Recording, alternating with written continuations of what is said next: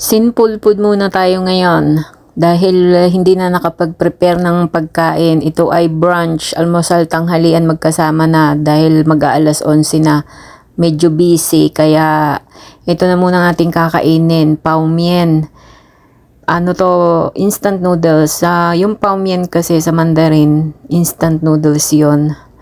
Yun ang ano, tapos ayan o.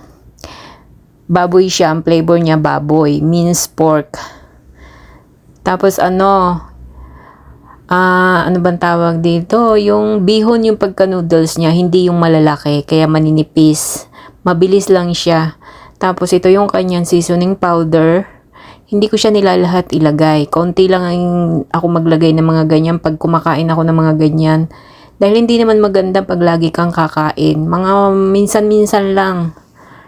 Madalang naman ako kumain ng ganyan kasi hindi naman maganda. Tapos yan, merong yung yung mantika ng baboy, konti lang din, hindi ko nilalahat. Wag lang magkaroon ng lasa. Kasi dahil pag lagi kang kumain ng mga ganyang pagkain, delikado rin naman sa katawan. Tapos papartneran ko ng 2 itlog. Binili ko yun kanina sa 7-Eleven, yung noodles na yan, tsaka yung itlog. Tapos yung itlog na yan, ang tawag dyan, tea-egg. Niluto sa tsaa. Tapos merong marami mga spices, mga may 5-star anise. Kung hindi ka sanay sa mga spices, parang mga pagkain ng mga Indiano o ng mga Arab, ganyan. Kung hindi ka sanay, hindi mo yun magugustuhan. Pero sanayan lang. May something na amoy siya, pero masarap yan. May lasa siya. Hindi siya yung pangkaraniwan lasa ng itlog na nilaga. Sadyang kinakarak nila yan pag luto na yung itlog. Pag well-formed na yung pagkakalaga, ikakrak nila na yan para yung pumasok sa loob, yung lasa. Yan. Tapos, anuhan lang yan natin ng pinakulong tubig. Madali lang yan lumambot. Mga 2 to 3 minutes lang yan. Pwede na yan. So, makakakain na.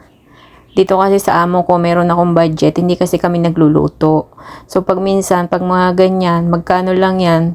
Tig 10 yung itlog, tapos 19 yung noodles. So, nakakatipid. Minsan, makakapagtabi. Kaya, lang. Hindi ka pwedeng sumabay sa dahil mahal lang bilihin ng pagkain dito sa Taiwan, mahal.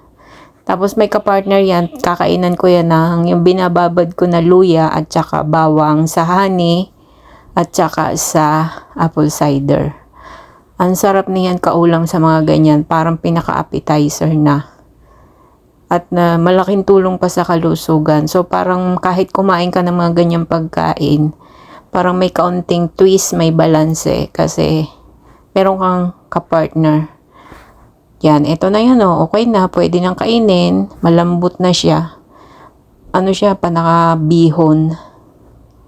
Kaya, ayan lambot na, masarap yan, simpleng pagkain. Parang kung sa atin ay bihong yung tawag sa ganon. Pero ito, pag nagluto ka niyan, sabaw lang yan ng karne. Lalagyan mo ng paminta, luya, bawang.